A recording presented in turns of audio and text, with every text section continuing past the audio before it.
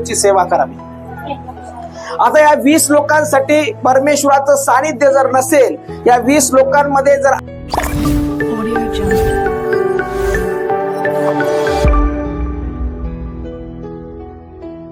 अभिषेक नसेल तर 20 लोक एक साधं काम करू शकतात, शरीराचं काम। पण तुम्हाला जर देवाचं काम करायचं तर देवाचं काम करण्यासाठी तुमच्या जीवनामध्ये अभिषेक फार महत्वाचा आहे। काय महत्वाचं आहे म्हणा, माझ्या जीवनामध्ये अभिषेक फार महत्वाचा आहे। मग अभिषेक काय? आम्ही प्रार्थना, देवा अभिषेक कर, देवा अभिषेक दे, देवा मला अभिषिक्त कर, देवा मी अभिषिक्त असावं, मी माझ्या जीवनावर अभिषेक असावं। मग हा अभिषेक म्हणजे काय? कोणी सांगाल मला अभिषेक म्हणजे काय? काय अभिषेक? कशाचा अभिषेक?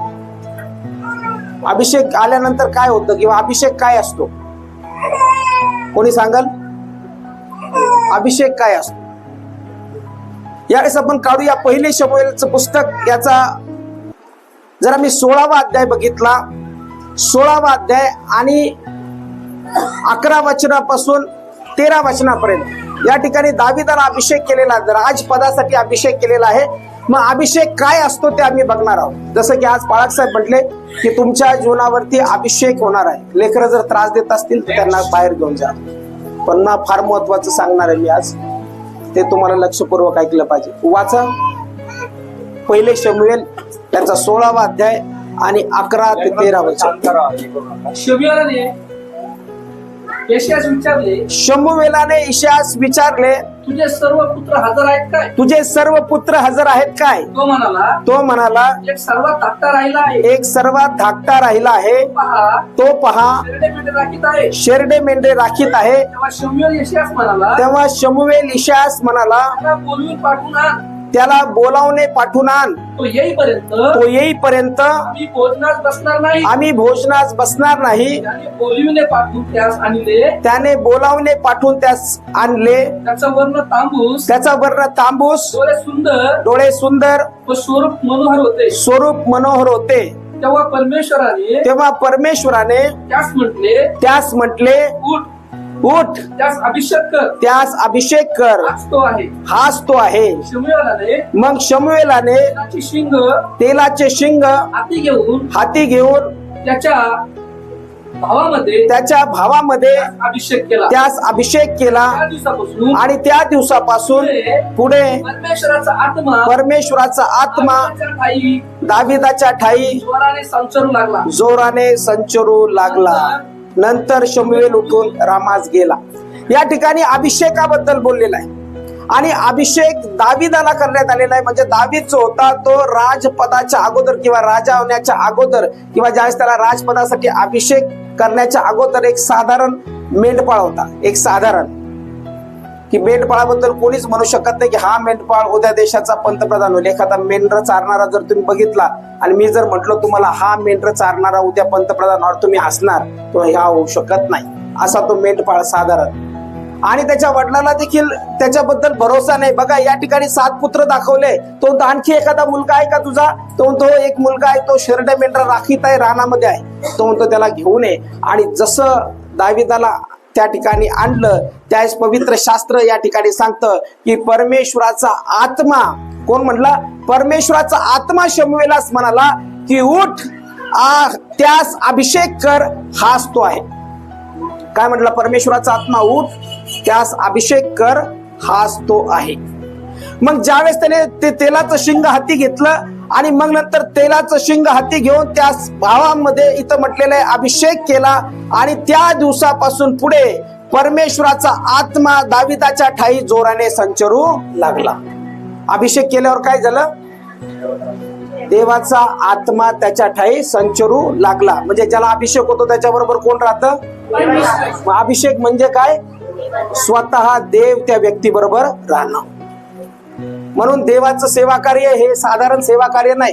देवाचं काम हे साधं सेवा कार्य नाही। तुम्ही ड्रम वाजवा, तुम्ही चर्च मध्ये काही काम करा, वर्शिप घ्या किंवा उपासना करा किंवा तुम्हाला जे अपॉइंट करण्यात येतं देवाची सेवा करण्यासाठी, केअर सेल लीड करण्यासाठी, त्याच्यासाठी देवाचा अभिषेक असणं फार गरजेचं आहे। शरीराने देवाचं काम होत नाही, माझ्या बुद्धीने देवाचं काम होत नाही, मी फार टॅलेंटेड आहे, मला फार बुद्धिमत्ता आहे, मी फार शिकलेलो आहे आणि मी आता देवाचं काम करेन, ते एक स्कूल सारखं होईल, एक शाळा होईल, कारण की शरीराने मी काम करत आहे. देवाचं काम शरीराने होत नाही, देवाचं काम देवाच्या आत्म्यानेच होत. Hallelujah, hallelujah, hallelujah. म्हणून या ठिकाणी पवित्र शास्त्र काय सांगतं की त्याला म्हटलं की उठ, आपल्या हाती तेलाचं शिंग घे आणि त्याच्या मस्तकावरती ओत. आणि जसं त्याच्या मस्तकावरती ओतलं त्या क्षणी पवित्र शास्त्र सांगतं ते तेल ओतल्या जात असताना ते चिन्ह आहे. तेल एक चिन्ह आहे. आपण अभिषेक करतो, आता पाळकसाहेब अभिषेक करतील, तेल घेतील आणि लावतील, पण तो अभिषेक करत असताना जो अभिषिक्त व्यक्ती आहे, अभिषिक्त व्यक्ती अभिषेक ज्यावेळेस करतो त्यावेळेस पवित्र आत्म्याचं सामर्थ्य त्या व्यक्तीवरती येतं आणि त्या दिवसापासून तो व्यक्ती एकटा राहत नाही, तर तो आणि देव त्याच्या बरोबर असतो. म्हणून अभिषेक फार महत्वाचा आहे. अभिषेक जर नसेल तर सेवा करू नका. काय म्हटलं मी, ऐकू येतं की सगळ्यांना? अभिषेका व्यतिरिक्त सेवा करायची नाही. अभिषेक नसेल आणि जर सेवा करत असाल तर तुम्ही निराश होताल, तुम्ही थकताल, तुम्हाला पैशाची चणचण भासेल आणि एक दिवस तुम्ही म्हणताल काही खरं नाही, देव काय पुरवठा करत नाही, देव काय प्रार्थना ऐकत नाही आणि आता मला हे काम करायचं नाही. जे अपॉइंट होते आज त्यांच्यासाठी सांगतो मी, आज तुम्हाला अभिषेक करण्यात येणार आहे आणि अभिषेक करत असताना परमेश्वराचा आत्मा जास्त स्वतःवरती मागा, कारण की पवित्र आत्म्याविना जर तुम्ही काम करताल तर तुम्ही झिरो फॉल एकदम पडणार खाली. पण जर तुम्ही अभिषेकाने भरल्या जाताल आणि देव आणि तुम्ही एक होताल त्यावेळेस परमेश्वराचं काम मोठ्या पॉवरफुल रीतीने तुम्ही करता. मग अभिषेक असल्याशिवाय काही कार्य करू शकत नाही. अभिषेक असल्याशिवाय मी सेवा करू शकत नाही, कारण की माझ्या शरीराने जर मी करायला गेलो तर मी निराश होईल. माझ्या शरीराने कोणती गोष्ट मी करेल त्यास थकेल. माझ्या शरीराने जर मी करायला गेलो तर माझ्या पोटाचा मी विचार करेल. माझ्या शरीराने करायला गेलो तर मी माझ्या घरांचा लेकरांचा विचार करेल. पण ज्यावेळेस परमेश्वराच्या आत्म्याचा अभिषेक मला होईल त्यावेळेस मी एकच विचार करेल की परमेश्वर आणि मी, आणि माझं काम जे आहे ते फक्त देवासाठी आहे. मी माणसासाठी काम करणार नाही. मग तुम्ही आता जे काम करणार आहे, जे अपॉइंट केले जाते ते कोणासाठी करणार आहे? बाळासाहेबासाठी. बाळासाहेब दिसले तर लगेच एकदम काम, बाळासाहेब नाही दिसले तर काम नाही, असं का?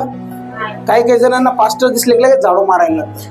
पास्टर नसले तर, पास्टर असो किंवा नसो, इथं ज्यावेळेस तुम्ही झाडू मारता त्यावेळेस तो परमेश्वर तुम्हाला बघतो. सेवा कोणासाठी करतो आपण? माणसासाठी करता.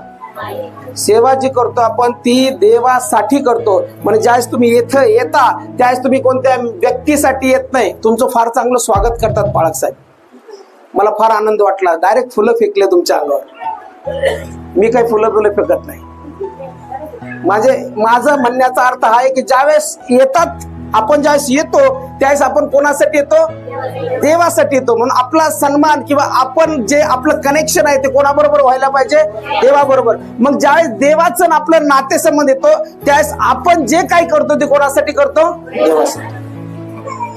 हे एक रिप्रेझेंटेटिव्ह आहेत, म्हणजे हे देवाने निवडलेले अभिषिक्त दास आहेत, ते चालवत आहेत. पण जे ते चालवत असताना ते जे काही करतात ते देवासाठी करतात आणि तुम्ही जे काही करता ते फक्त आणि फक्त देवासाठी करतात.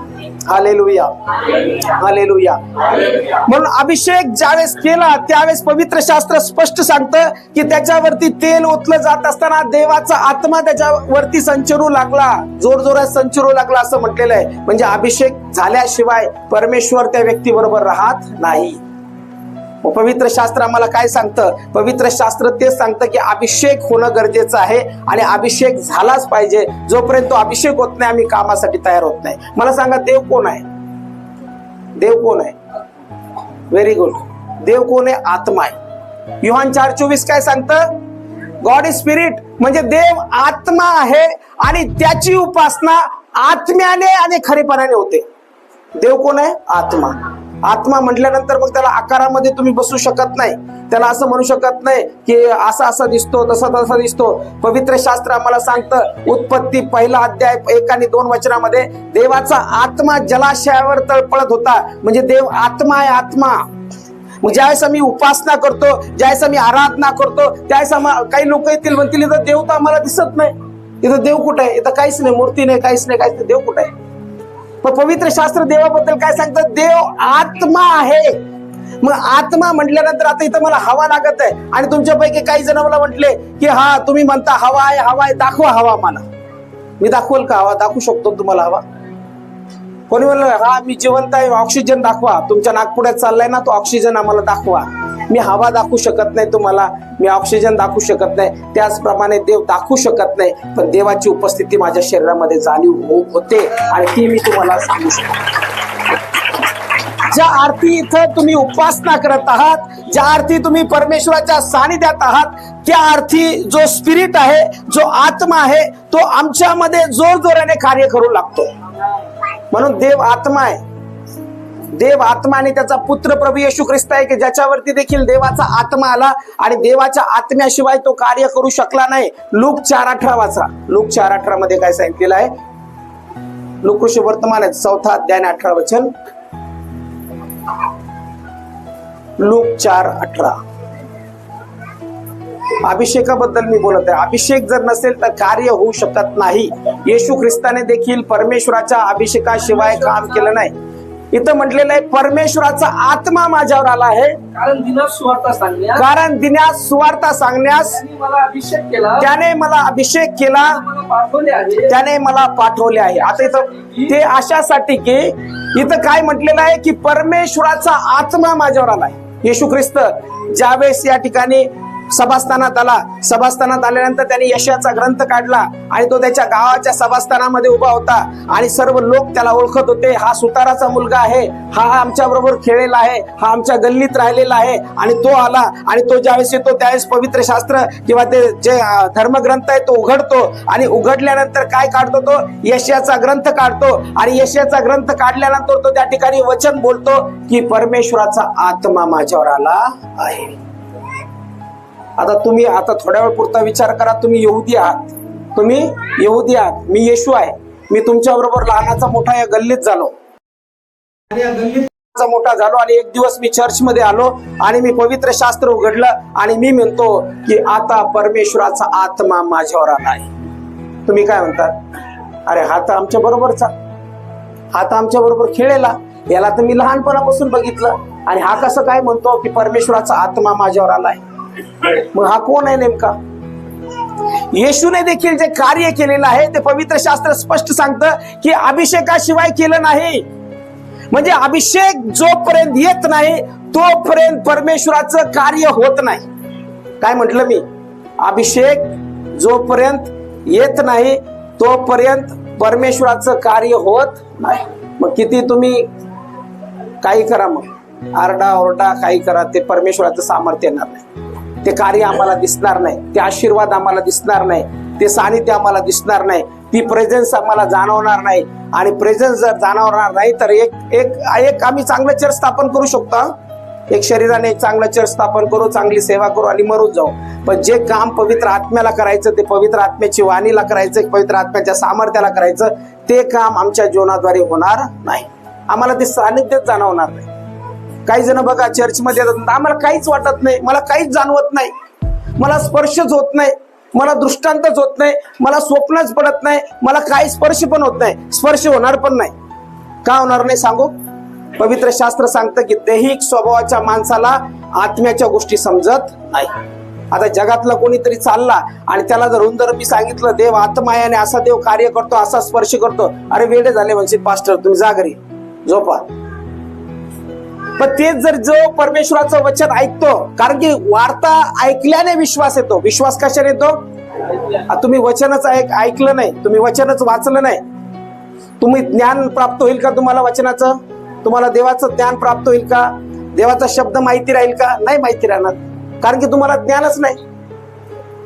दैहिक स्वभाव, दैहिक म्हणजे शारीरिक स्वभाव. माझ्या शरीराला देव बोलत नाही, शरीरामध्ये त्याचं कार्य नाही, ते स्पिरिट मध्ये आहे आणि ते आत्म्यामध्ये आहे. म्हणून आत्म्याचा अभिषेक माझ्यावरती येतो आणि आत्म्याच्या अभिषेकाने वातावरण बदललं जातं. म्हणून दैहिक स्वभावाचा म्हणजे जर मी जगिक माणूस आहे, मी प्रार्थना करणारा नाही, मी बायबल वाचणारा नाही, मी जास्त परमेश्वराच्या सानिध्यात राहत नाही, मी एक नॉर्मल माणूस राहील. नॉर्मल बोलू शकतो, चांगला वक्तृत्व माझं चांगलं आहे, मी चांगलं वक्तृत्व करू शकतो, चांगलं भाषण देऊ शकतो, पण परमेश्वराचा सामर्थ्य आणि परमेश्वराचा अभिषेक एकालाही जाणवणार नाही. काही काम होणार नाही. देवाचं काम करण्यासाठी देवाचा आत्मा आपल्या बरोबर असणं आवश्यक आहे. आज तुम्हाला अपॉइंट केल्या जात आहे. अपॉइंट केल्या जात असताना, तुमची निवड होत असताना परमेश्वराला मागा, परमेश्वरा तुझ्या आत्म्याचं सामर्थ्य माझ्यावरती येऊ दे आणि त्या आत्म्याच्या सामर्थ्याने माझ्याद्वारे कार्य होते. Hallelujah, hallelujah. माझ्या जीवनामध्ये जोपर्यंत परमेश्वर मला काही सांगत नाही तोपर्यंत ते मी करतच नाही. मग विजिटिंग असो, प्रार्थना असो, काही असो, किती काही असो, ते करतच नाही. प्रार्थना करतो, परमेश्वराच्या सानिध्यात बसतो आणि मग नंतरच मी स्टेजवर उभं राहतो. मला रविवारी जर प्रीचिंग करायची असली तर मी शनिवारचा दिवस बिलकुल असा घालत नाही. डोंगरावरती जातो, प्रार्थना करतो आणि प्रार्थनापूर्वक त्या दिवशी कोणाशी बोलत नाही. परत घरी जाऊन प्रार्थना करतो, रात्रीची प्रार्थना करतो आणि मग स्टेजवर जातो. तिथं उपदेश झाल्याच्या नंतर बोलायला सुरुवात करतो. कारण की मला माहिती आहे की माझं जर शारीरिक रीतीने जर मी विचार केला आणि जर स्वतःच्या देहामध्ये आलो तर देहामध्ये काही चांगलं वस्ती करत नाही. आपला जो देह आहे सगळ्यात डेंजरस देह आहे. कारण की सगळ्यात जर पहिला नंबरचा शत्रू कोणी असेल, सैतान तर आपण म्हणतो, पण सैतानापेक्षा डेंजर शत्रू शरीरच आहे. शरीरामध्ये सगळं वस्ती करत, लोभ, मोह, वासना, सगळ्या गोष्टी शरीरात आहे. शरीराला कुदलता आलं पाहिजे, शरीराला मजबूत करता आलं पाहिजे, शरीराला आत्मिक करता आलं पाहिजे आणि आत्म्याची वाणी त्याच्याच वेळेस नंतर आम्हाला ऐकायला येते. म्हणून येशू देखील ज्यावेळेस उभा राहतो त्यावेळेस येशू म्हणतो की या ठिकाणी देवाचा आत्मा माझ्यावर आला आहे, परमेश्वराचा आत्मा माझ्यावर आला आहे आणि आता दिनात सुवार्ता सांगण्यास त्याने मला अभिषेक केला आहे. म्हणजे आता आत्म्याच्या सामर्थ्याने भरल्यानंतर प्रभू येशू ख्रिस्त ज्यावेळेस लोकात जातो त्यावेळेस चिन्ह आणि चमत्काराची सुरुवात होते. त्याच्या अगोदर काय येशूने केले नाही चिन्ह चमत्कार. वयाच्या चला ठीक आहे 21 वर्षीच मी सुरू करतो आता लगेच हिल का केले नाही त्याने? नाही केले. 12 वर्षाचा असताना पण नाही केले.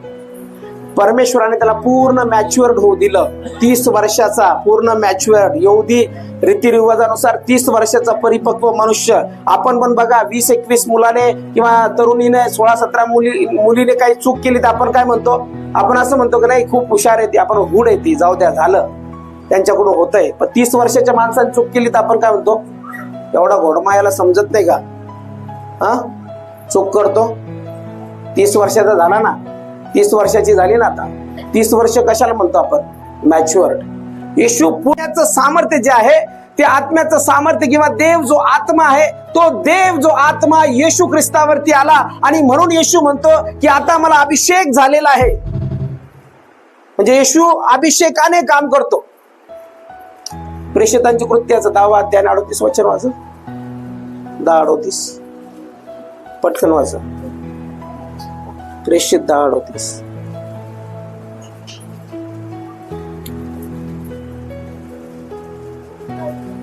सापडलं? नासोरी येशूला देवाने पवित्र आत्म्याचा व सामर्थ्याचा अभिषेक केला. तो सत्कर्मे करीत व सैतानाच्या सत्तेखाली असलेल्या सर्वांस बरे करीत फिरत असे. कोणी अभिषेक केला येशूला? आता वाचलं ना, कोणी अभिषेक केला? बोला ना सगळेजण. नाही, कोणी अभिषेक केला? येशूला कोणी अभिषेक केला? पहिलं वाचा परत. हा हा, देवाने. कोणी केला अभिषेक? देव कोण आहे? देव जो आत्मा. देव जो आत्म्याने कोणाला अभिषेक केला? येशूला. आणि अभिषेक केल्यानंतर काय झालं? येशूला ज्यावेळेस तो सामर्थ्याचा अभिषेक करण्यात आला त्यावेळेस तो सत्कर्मे करीत व सैतानाच्या सत्तेखाली असलेल्या लोकांना बरे करीत फिरला. मग ज्यावेळेस आपल्याला सैतानी, आता लोक दुष्ट शक्तीने भरलेले आहेत. बाहेर समाजामध्ये अनेक वेगवेगळे प्रकारचे आत्मे लोकांच्या आतमध्ये बसलेले आहेत. मग त्या आत्म्यांना धमकावण्यासाठी, त्या आत्म्यांना पूर्णपणे डिलिव्हर करण्यासाठी कशाची गरज आहे? मी शरीराने गेलो आणि त्यांच्याबरोबर लढू शकतो का? मग कशाने लढू शकतो मी? देवाचं काम. म्हणून मी म्हटलं देवाचं काम शरीराने होत नाही. तुम्ही जर शरीराने करायला जाताल फसताल, करू पण नका, कारण की अभिषेकाशिवाय काम होत नाही. इथं काय म्हटलेलं आहे की त्या देवाने येशूला आत्म्याचा अभिषेक केला. म्हणजे अभिषेक ज्यावेळेस होतो त्यावेळेस देव स्वतः त्या व्यक्ती बरोबर राहायला येतो. कारण की देव कोण आहे? आत्मा आहे. आता एक शरीर शरीरात राहत नाही, सगळं पास्टर माझ्यात राहू शकत नाही, पण एक आत्मा माझ्यामध्ये वस्ती करू शकतो. जे मरिया मगदाली, त्याच्याबद्दल पवित्र शास्त्र जे सांगतं की जी मरिया, जिला 7 आत्मे लागलेले होते, त्याच्या अगोदर पवित्र शास्त्र सांगतं की तिच्यामध्ये 7 दुष्ट आत्मे घर करून होते. म्हणजे आत्मा असा आहे की तो आत्मा किंवा जे दुष्ट आत्मे आहेत ते आत्मे एका शरीरामध्ये राहू शकतात. जे गजरेकरांचा वृद्धस्थ होता त्याच्या किती आत्मे होते त्याच्या शरीरामध्ये? गजरेकर सैन्य होतं. म्हणजे आत्मे शरीरात राहू शकतात. मग देव पण आत्मा आहे. एका शरीराला चालवण्यासाठी किंवा एक शरीर जे आहे त्या शरीराला आत्म्याची गरज आहे, किंवा देवाला या जगात कार्य करण्यासाठी एका शरीराची गरज आहे आणि दुष्ट आत्म्याला कार्य करण्यासाठी एका शरीराची गरज आहे. तुमचं शरीर तुम्ही कोणाला देता हे फार महत्वाचं आहे. मी दुष्ट आत्म्याला अलाव करतो, मी सगळं ओपन डोर्स करतो, मी चुकीच्या गोष्टी करतो, मी चुकीचे विचार करतो, तर मी माझा दरवाजा खुला करतो सैतानी शक्तीला माझ्यामध्ये प्रवेश करण्यासाठी, दुष्ट आत्म्यांना प्रवेश करण्यासाठी, आणि मग ते येतात आणि माझ्या घरात राहतात. पण मी जर ओपन करतो की देवाच्या आत्म्यासाठी आणि म्हणतो देवाच्या आत्म्यातून ये आणि मला अभिषेक कर, माझं जीवन पूर्णपणे बदलून टाक, त्यास तो देवाचा आत्मा येतो आणि मला अभिषेकामध्ये चालवायला सुरुवात करतो. म्हणून अभिषेक फार महत्वाचा आहे. मग आज तुम्ही या ठिकाणी आलेले असताना किंवा तुम्हाला अपॉइंट केले जात असताना, निवड केली जात असताना, आज तुम्हाला प्रार्थना करायची आहे आणि म्हणायचं आहे की परमेश्वरा, तुझ्या अभिषेकाचं सामर्थ्य माझ्या शरीरामधून वाहू दे. परमेश्वरा, जसं अभिषेक मला होईल तुझा पवित्र आत्मा मला दे, कारण की पवित्र आत्म्याचं सामर्थ्य ज्यावेळेस येईल त्यावेळेस ते सामर्थ्य माझं जीवन पूर्णपणे बदलून टाकेल. येशू ख्रिस्त ज्यावेळेस शिष्यांशी बोलतो त्यावेळेस तो काय म्हणतो की मी जातो आणि तुमच्यासाठी कैवारी असा आत्मा पाठवतो, तो येईल आणि तुम्हाला सर्व सत्यात घेऊन जाईल. त्यावेळेस त्यांना समजत नव्हतं की कोण येणार आहे आणि कोण कार्य करणार आहे. पण जसं येशूचं जाणं झालं त्यावेळेस आम्हाला पाहायला भेटतं की 40 दिवसापर्यंत, प्रेषितांच्या कृत्याचा पहिला अध्याय म्हटलेला आहे की 40 दिवसापर्यंत येशू पुनरुत्थान झाल्यानंतर त्यांना दर्शन देत होता आणि देवाच्या राज्याच्या गोष्टी सांगत होता. आणि तो म्हणतो की जी देणगी मी तुम्हाला देऊ केली आहे त्या देणगीविषयी तुम्ही वाट पहा. आणि मग नंतर पवित्र शास्त्र त्या ठिकाणी सांगतं की त्यांनी वाट बघितली. जसं तुम्ही 50 दिवस फास्टिंग केली तशी ते लोक माडीवरच्या खोलीमध्ये जात होते आणि प्रार्थना करत होते. सगळेजण एकत्रित एक चित्ताने, जसं तुम्ही एक चित्ताने डान्स करत होता, पूर्ण मग्न झालेला होता, एक चित्ताने देवाच्या सानिध्यात ते प्रार्थना करत होते. आणि एक चित्ताने प्रार्थना करत असताना जी देणगी विषयी प्रभू येशू ख्रिस्ताने सांगितलं होतं, प्रेषित 1:8 मध्ये म्हटलेलं आहे की परंतु पवित्र आत्मा तुम्हावर येईल तेव्हा तुम्हाला सामर्थ्य प्राप्त होईल. विदाऊट पवित्र आत्मा, विदाऊट होली स्पिरिट तुम्हाला सामर्थ्य प्राप्त होणारच नाही. मग पवित्र आत्मा तुम्हावर येईल त्यावेळेस तुम्हाला सामर्थ्य प्राप्त होईल म्हटलेलं आहे. आणि मग जसं त्या ठिकाणी अभिवचन भेटलं, त्या अभिवचनानंतर प्रेषितांच्या कृत्याच्या 2ऱ्या अध्यायामध्ये ज्यावेळेस ते प्रार्थना करत होते त्यावेळेस पवित्र शास्त्र सांगतं की ते प्रार्थना करत असताना देवाच्या आत्म्याचा वर्षाव त्या ठिकाणी झाला. आणि पवित्र शास्त्र या ठिकाणी सांगतं की ते सर्वजण प्रार्थना करत असताना ज्या घरात ते बसलेले होते त्या घरामध्ये मोठा नाद झाला. आणि जर वचन वाचलं आम्ही तर 3रं वचन सांगतं आणि वेगवेगळ्या होत असलेल्या अग्नींच्या जिभांसारख्या जिभा त्यांना दिसल्या व त्या प्रत्येकावर एक एक अशा बसल्या.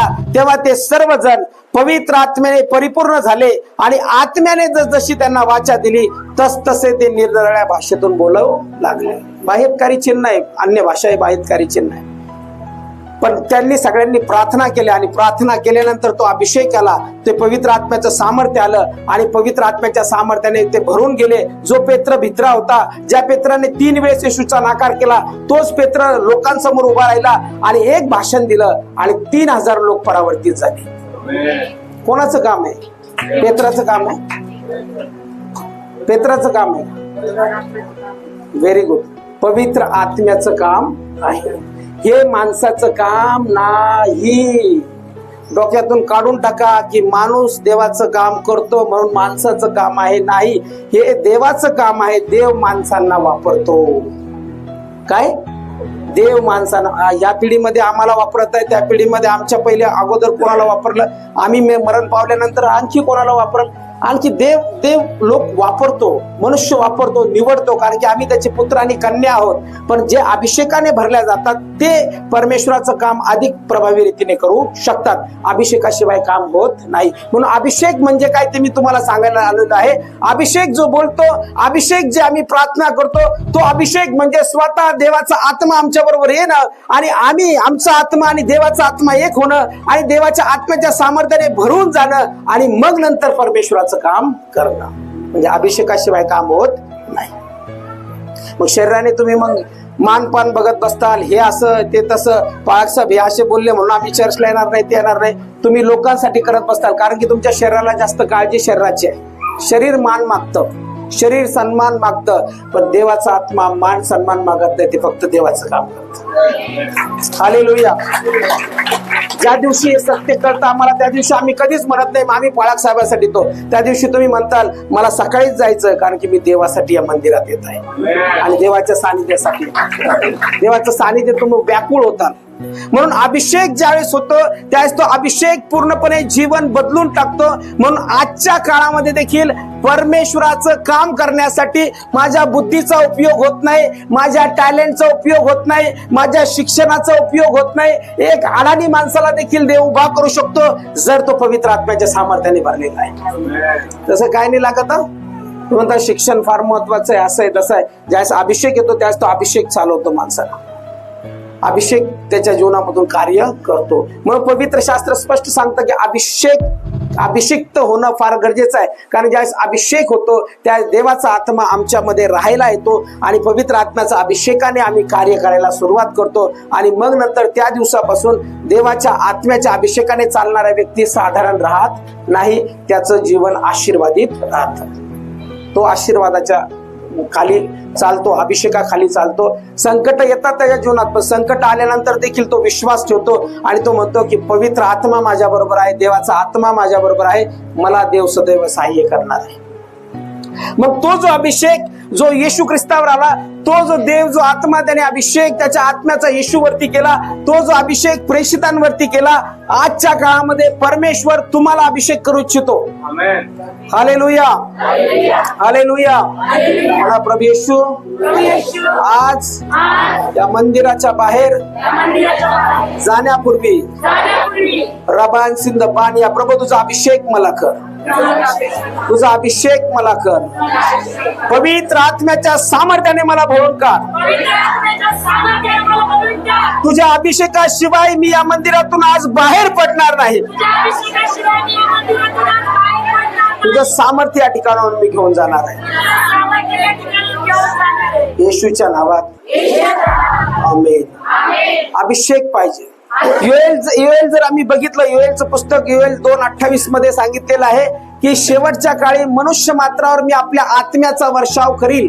म्हणजे आत्म्याचा वर्षाव म्हणजे पवित्र आत्मा किंवा देवाचा आत्मा जो आहे तो प्रत्येकासाठी आहे. या ठिकाणी बसलेल्या प्रत्येक व्यक्ती म्हणजे असा कोणीच नाही की जो म्हणेल मला अभिषेक होणार नाही किंवा मी फार पापी आहे, मी फार वाईट आहे. आम्ही सगळेच पापी आहोत आणि आम्ही सगळेच देवाच्या गौरवाला तरलो. पण जो कोणी पश्चाताप करतो आणि येशूचा स्वीकार करतो त्याच्या जीवनामध्ये तो अभिषेक येतो. मी पण बऱ्याच वेळेस सुरुवातीला मी ज्यावेळेस सेवा करायचो त्या शरीराने सेवा करायचा प्रयत्न करतो. चल उचला, चला सेवेला, चला व्हिजिटिंगला, चला इकडं, चला तिकडं. पण नंतर मी 40 दिवसाच्या उपासाने प्रार्थना केल्या आणि त्या उपासाने प्रार्थनामध्ये परमेश्वर बोलला की अभिषेकाशिवाय काम होत नाही. तुला धडपड करायची गरज नाही. तू कशाला पळतो? तुला कोण सांगितलं पळायला? तुला कोण सांगितलं इकडे जायला? मग मला कळालं मी हे सगळं माझ्या बुद्धीनं करतो. आणि मग त्या दिवसापासून मी ठरवलं की आता देवा तू मला सांग मला काय करायचंय. आणि त्या दिवसापासून मी तुम्हाला सांगतो जे पूर्वीचं जीवन होतं ते बदललं आणि एक अभिषिक्त सेवा कार्य परमेश्वराने माझ्या जीवनात. आता कोणी म्हणतं म्हणून नाही, आता काय करायचं माझ्या बुद्धीनं म्हणून नाही. देवा तू मला लीड कर, तू मला गाईड कर. त्याचं वचन आपल्या जवळ आहे आणि त्याच्या अभिषेकाखाली काम कर. म्हणून मला आज या ठिकाणी हे सांगायचं आहे की योएल 2:28 मध्ये काय सांगितलेलं आहे? शेवटच्या काळामध्ये मी मनुष्य मात्रावर आपल्या आत्म्याचा वर्षाव करील. मग या ठिकाणी बसलेल्या प्रत्येकासाठी पवित्र आत्म्याचं सामर्थ्य आहे. जर तुम्ही आज आपलं शरीर तुम्ही प्रार्थना करणारे आहात, मी आता बघितलं तुम्ही खूप चांगल्या रीतीने देवाच्या सानिध्यात वाढणारे आहात, पण आज तुम्ही म्हटले माझं शरीर मी उपलब्ध करीत आहे देवाच्या आत्म्यासाठी, मी इन्व्हाइट करत आहे, मी स्वागत करत आहे, पवित्र आत्मा तू ये आणि पवित्र आत्मा तुम्हाला भरून काढ. आणि ज्यावेळेस तुम्ही इन्व्हाइट करताल मी तुम्हाला सांगतो पवित्र आत्म्याचा अभिषेक तुमच्यावर होईल आणि जो अभिषेक असेल तो सामर्थ्यशाली असेल. आजपासून तुमचं जीवन पुन्हा जसं होतं तसं राहणार नाही, एक अभिषिक्त जीवन तुमचं राहणार. म्हणून तो अभिषेक आमच्या जीवनामध्ये असला पाहिजे, ते सामर्थ्य आमच्या जीवनात असलं पाहिजे. म्हणून आज ज्यावेळेस प्रार्थना करताल त्यावेळेस अभिषेकाची प्रार्थना करा. अभिषेक म्हणजे मी काय तुम्हाला सांगितलं, अभिषेक म्हणजे जसं मस्तकावर तेल ओतलं त्या दिवसापासून देवाचा आत्मा जोर जोरात दाविदाच्या ठायी संचरू लागला. ज्यांना अभिषेक झालेला आहे त्यांच्यावरती देवाचं आत्म्याचं सामर्थ्य आलेलं आहे. मग आज परमेश्वरा तू मला अभिषेक करत असताना तुझ्या आत्म्याचं सामर्थ्य दे, ही प्रार्थना आपण करू. आणि निश्चित देवबाप तुम्हाला अद्भुत रीतीने अभिषेकात चालव, अभिषेक तुमच्या जीवनावर हो. आणि आजपासून तुम्ही आणि देव